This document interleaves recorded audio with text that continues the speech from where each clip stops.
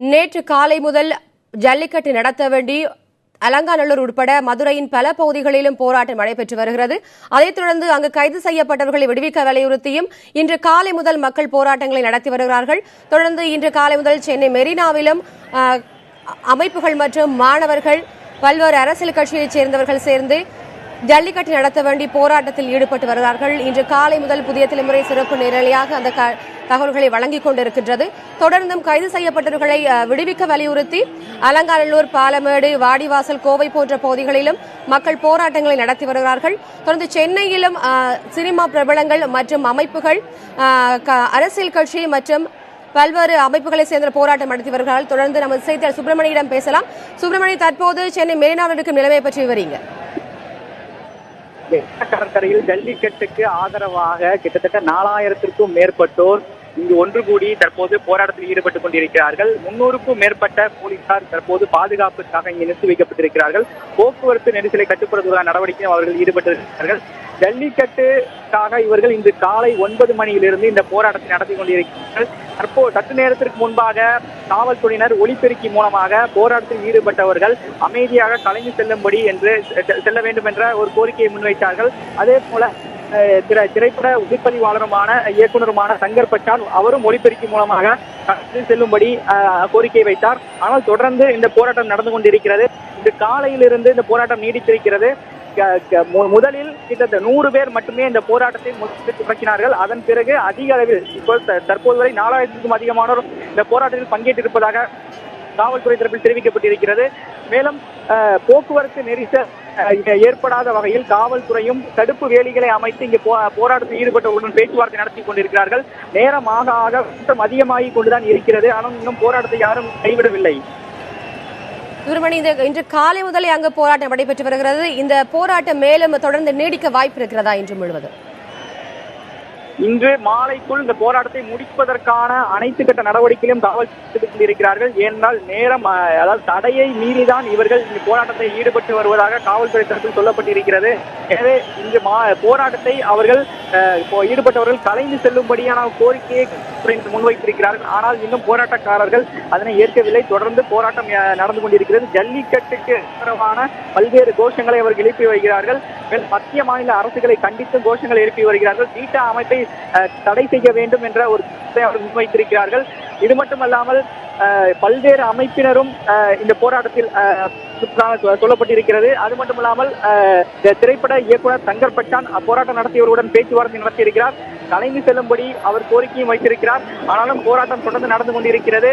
மேலும் பாடலாசிரியர் ஸ்நேகன் இந்த போராட்ட களத்திற்கு வந்திருந்தார். அதே போல மே 17 இயக்கத்தின் ஒருங்கிணைப்பாளர் திருமுருகன் போராட்ட களத்திற்கு வந்திருந்தார். அதே போல நகைச்சுவை நடிகர் மயில்சாமி இந்த போராட்ட களத்திற்கு வந்திருந்தார்.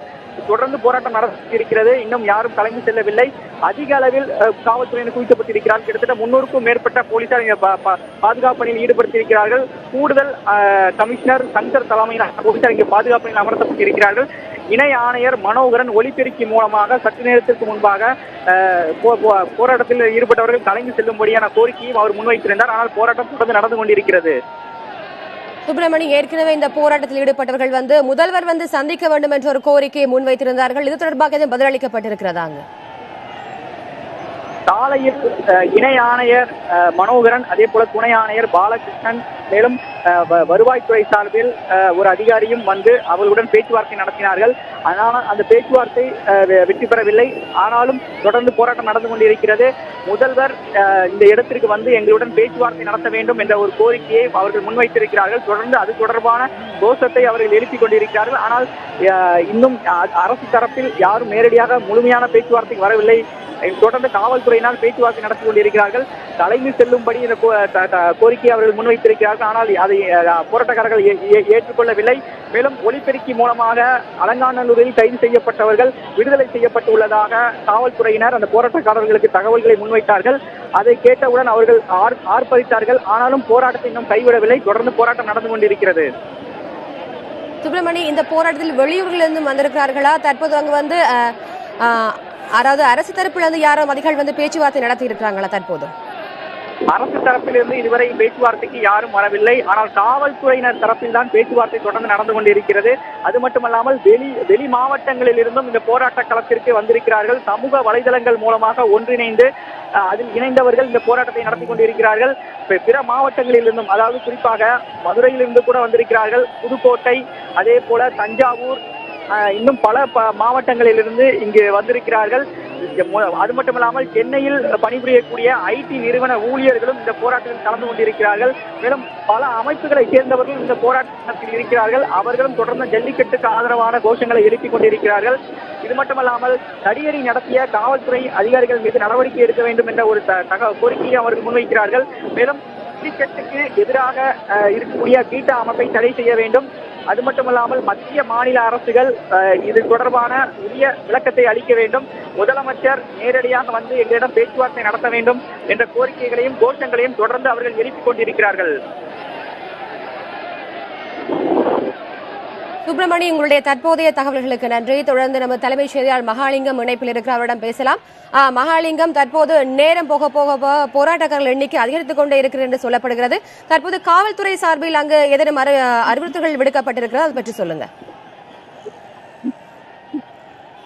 இந்த பகுதியில் தொடர் போராட்டம் என்பது நடைபெற்றுக் கொண்டிருக்கிறது. பார்க்கலாம், பல இளைஞர்களை இங்கு கூறி காலையிலிருந்து பல்வேறு முழக்கங்களை எழுப்பி வருகிறார்கள். குறிப்பாக மத்திய மாநில அரசுகள் ஜல்லிக்கட்டை நடத்துவதற்கான ஏற்பாடுகளை செய்ய வேண்டும், சட்டங்களை அவசர சட்டத்தை பிறப்பிக்க வேண்டும் என்ற ஒரு வேண்டுகோளை முன்வைத்திருக்கிறார்கள். அது மட்டுமல்லாது இந்த பகுதியில் தற்பொழுது காவல்துறை மற்றும் வருவாய்த்துறை சார்ந்த அதிகாரிகளோடு பேச்சுவார்த்தை என்பது நடைபெற்றது. ஆனால் அந்த பேச்சுவார்த்தையில் சுமூகமான முடிவு எட்டப்பட்டதாக தெரியவில்லை.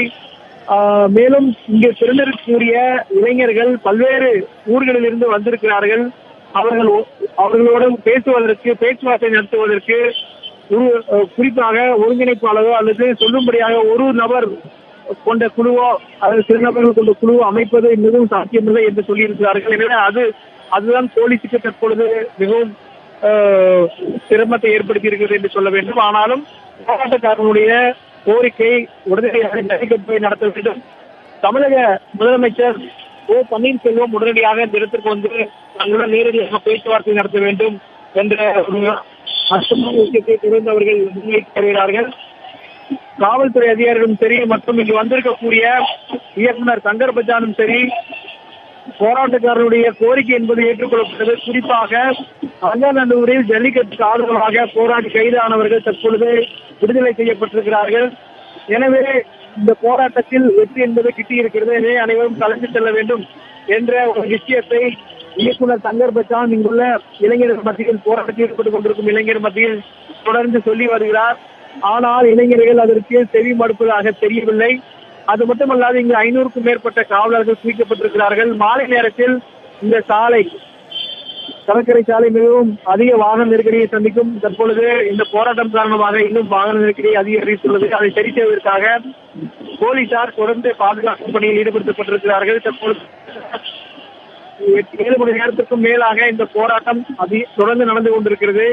போலீசாரும் ஒலிபெருக்கியில் தொடர்ந்து மாணவர்களை எச்சரித்துக் கொண்டிருக்கிறார்கள். இந்த போராட்டத்தின் போது தேவையில்லாத சில நபர்கள் இந்த போராட்டம் நடக்கும் கூட்டத்திற்குள் புகுந்து சட்ட ஒழுங்கை கெடுதல் ஏற்படுத்தும் செய்யக்கூடிய நபர்கள் உள்ளே புகுந்து வர வாய்ப்பு இருக்கிறது. அதனால் உங்கள் கலைந்து செல்லுங்கள் என்ற எச்சரிக்கையை சொல்லி வருகிறார்கள். ஆனால் இங்கு கூறியிருக்கிற இளைஞர்கள் நாங்கள் தொடர்ந்து போராட்டம் நடத்துவோம், எங்களுடைய கோரிக்கை முழுவதும் ஏற்றுக்கொள்ளப்பட்டால்தான் நாங்கள் இந்த பகுதியிலிருந்து கலைந்து செல்வோம் என்று சொல்லியிருக்கிறார்கள். கலைவதாக அவர்கள் தெரியவில்லை. எனவே யாரும் இந்த கோரிக்கைகளை அல்லது இந்த பேச்சுவார்த்தைக்கான கருத்துக்களை ஏற்றுக்கொண்டதாக தெரியவில்லை என்றுதான் நாம் பார்க்க வேண்டியிருக்கிறது. இருந்த போதிலும் தொடர்ந்து மூத்த காவல்துறை அதிகாரிகள் இருக்கிறார்கள். அவர்கள் இங்குள்ள மூத்த உறுப்பினர்கள் யாரெல்லாம் உறுப்பினர்களாக கருதப்படக்கூடிய நபர்களை அழைத்து பேசுகிறார்கள். அவர்கள் தற்பொழுது மீண்டும் சென்று இந்த போராட்ட மெரினாவில் ஜல்லிக்கட்டு நடத்த வேண்டி பல்வேறு அமைப்புகள் சார்பில் இளைஞர்களும் ஒன்று சேர்ந்து ஆர்ப்பாட்டத்தில் ஈடுபட்டுள்ளனர்.